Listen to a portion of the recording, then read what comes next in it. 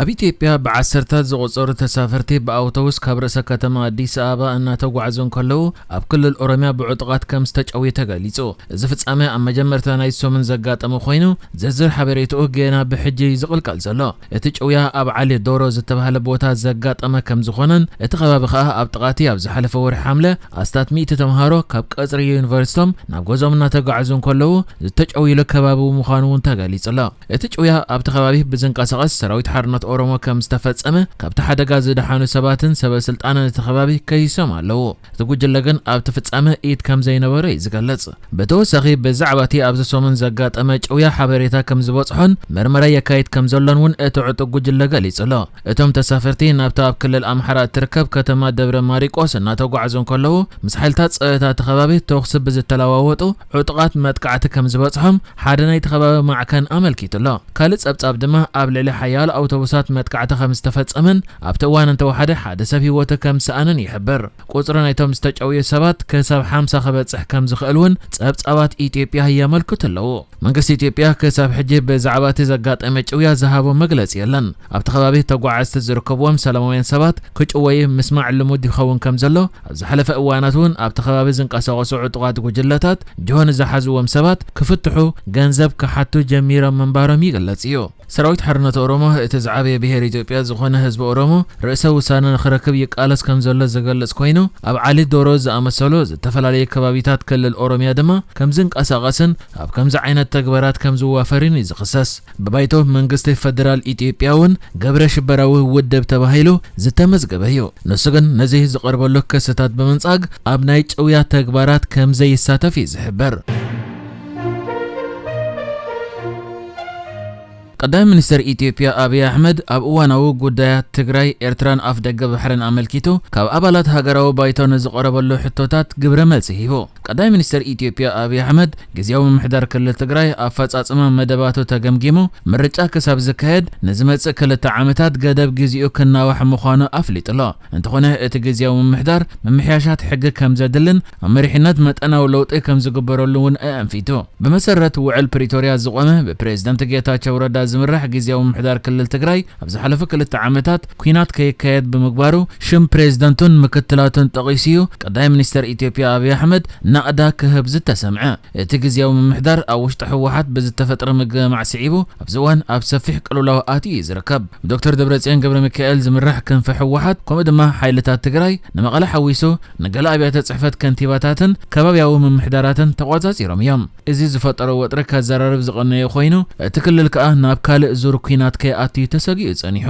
ቀዳማይ ሚኒስትር ኢትዮጵያ አብይ አሕመድ ግን ነዚ ኣመልኪቱ ንዝቐረበሉ ሕቶ ኣብ ዝሃቦ ግብረ መልሲ ሰራዊት ኢትዮጵያ ኣብ ኦሮሚያን ኣምሓራን ተበታቲኑ ስለ ዘሎ መንግስቲ ኢትዮጵያ ንምውቃዕ ሕጂ ግዚኡ እዩ ዝብል ገምጋም ዘለዎም ውልቀ ሰባት ከም ዘለዉ ይፈልጥ እየ። መልሰይ ግን ሰላም እዩ ዘድልየና ኣየዋፅእን እዩ ዝብል ኢሉ ኣብ ውልቀ ሰባት ለውጢ ክግበር ይከኣል እዩ ብምባል ብብርትዖም እናተናእዱን ብድኽመታቶም እናተነቕፉን ዝቕየሩ ሰባት ከም ዘለዉ ብምእንፋት ኣብ ትግራይ ኩናት ክለዓል እዩ ዝብል እምነት ከም ዘይብሉ ግን ሓቢሩ። ኣብ ትግራይ ተመዛበልቲ ናብ መረበቶም ክምለሱ ጽዒርና ኢና ዝበለ ቀዳማይ ሚኒስትር ኢትዮጵያ አብይ አሕመድ ኣብ ጸለምትን ራያን ውጽኢታዊ ስራሕ ተሰሪሑ እዩ። ኣብ ካልኦት ከባቢታት ትግራይ ግን ብሰንኪ ፖለቲካን ሰብኣውነትን ዝተሓዋወሰን ፖለቲከኛታት ክሰልጠና ኣይከኣለን ኢሉ። እቲ ቀዳማይ ሚኒስትር ኣብ መግለጺ ወሲኹ ሰብኣውነት ንጥቕሚ ፖለቲካ ይውዕል ኣሎ ክብል እውን ነቒፉ እዩ። እንተኾነ ንሱ ኣስዒቡ ኣብ ትግራይ ተመዛበልቲ ክምለሱ ጥጡሕ ባይታ እንተተፈጢሩ መንግስቲ ካብ ጽባሕ ጀሚሩ እውን እንተኾነ ተመዛበልቲ ናብ መረበቶም ክምለሱ ክንሰርሕ ንኽእል ኢና ክብል ገሊጹ ኣሎ። ኣብ ትግራይ ምስ ውዕል ፕሪቶሪያ ብዘተኣሳሰር ነቲ ስምምዕ ታሪኻዊ ውሳነ ዝበለ ኮይኑ ኣብ እዋን ኩናት ብዙሓት ተቋሪጾም ዝነበሩ መሰረታውያን መንግስታውያን ኣገልግሎታት ከም ዝተጀመሩን ህዝቢ ተጠቃሚ ከም ዝኾነን ኣረዲዩ። እንተኾነ ዛጌት ገለ ጅማሮታት እኳ እንተሃለወ ብመሰረት እቲ ውዕል ግብራዊ ኣይኮነን ዝበሎ ዕጥቂ ምፍታሕ ዝምልከት ኣልዒሉ ግን ርእይቱ ሂቡሎ። ዕጥቂ ምፍታሕ ከምቲ ዝድለ ብዘይምፍጻሙ ቀዲሙ ዝጉዳእ ህዝቢ ትግራይ እዩ። ክመሃሩን ሃገር ክልውጡን ዝግብኦም መንእሰያት ብሽም ወተሃደር ኮፍ ኢሎም ንህዝቢ ትግራይ ዝኸይድ ዓመታዊ ባጀት ንቐለቦም ዘውዕሉ እንተኾይኖም ኣብ ውሽጢ ትግራይ ልምዓት ክመጽእ ዝሕሰብ ኣይኮነን ኢሉ በብዓመቱ ብቢልዮናት ዝቑጸር ገንዘብ ብኸምዚ መንገዲ ይባኽን ኣሎ ክብል እውን ተዛሪቡሎ። ኣብዚ ንኣባላት ሃገራዊ ባይቶ ኢትዮጵያ ሂብዎ ዘሎ ግብረ መልሲ ቀዳማይ ሚኒስትር ኢትዮጵያ አብይ አሕመድ ብዛዕባ ቀይሕ ባሕርን ኤርትራን ንዝቐረበሉ ሕቶታት ግብረ መልሲ ሂቡ እዩ ዘሎ። ምስ ኤርትራን ጉዳይ ቀይሕ ባሕርን ኣመልኪቱ ንዝቐረበሉ ሕቶ ድማ ቀዳማይ ሚኒስትር አብይ አሕመድ ከምዚ ክብል ይመልስ ኣሎ። ንቀይሕ ባሕሪ ኢልና ኤርትራ ናይ ምውራር ባህጊ የብልናን نزاراربلو نماخرولو إنا نبل زلنا نواغا أيبلنان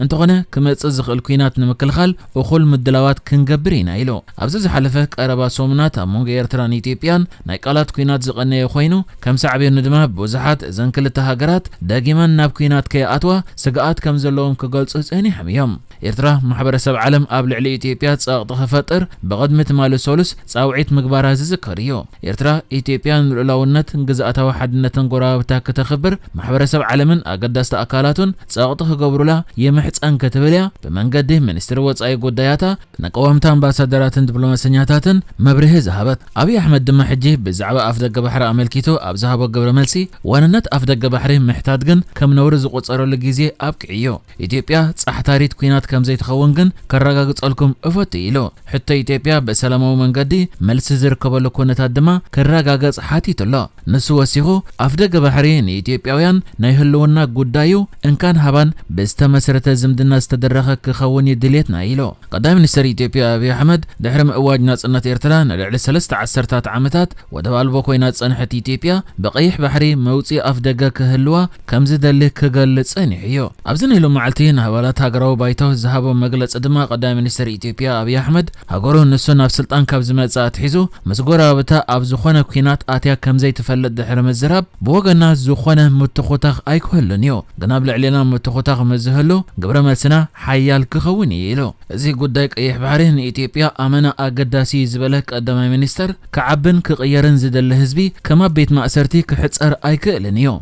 حتوتات إثيوبيا بحقاون نقداون مداي كمالا نحواتنا استقم مفتح كركب زخونا يخون دلاي سلامي نازب المنغستي والكسب قوجله مسانا كزارب نصوعيلو نسوا مغلصي قصيلو ابقيح بحر زلنا تقداسنت امونغو سوماليا جيبوتي ايرتران كينيان ناي وددر غداي كخون يبلون ناي حبار هابتيو 5000 كيلومتر جماجم بحري ابزوبا الله نخلق اخليو دحر مبال نهزب ايرترا زدليو لمعاتيو نحنا كنمعبلن بحبار كنسرح نمبر نحد حدنا كنواقا اين دالينينا متكل مهابن موسادن متكل حزب من رخاب متكل عداقا كوينات ايد ليانيو مسيرترا قجت كهلو يخيلي زبل وراتات يسمع الله إثيوبيا كان من تقيح بحريلان إيرترا خطورر حساب يبلان دحر مبال داي منستر إثيوبيا أبي أحمد أبز مقلص إيو دقاقيمو لعلم 220 مليون حزب زلوا هاجر ودب بحري يدليا يكبل تزاريبو ازي هبنايلو معلت مقلص إيو بزعبا بحر مزراب نورز قصر اللقيزي أبكعيو كنزاربنا بزعبا ودب زبل أبي أحمد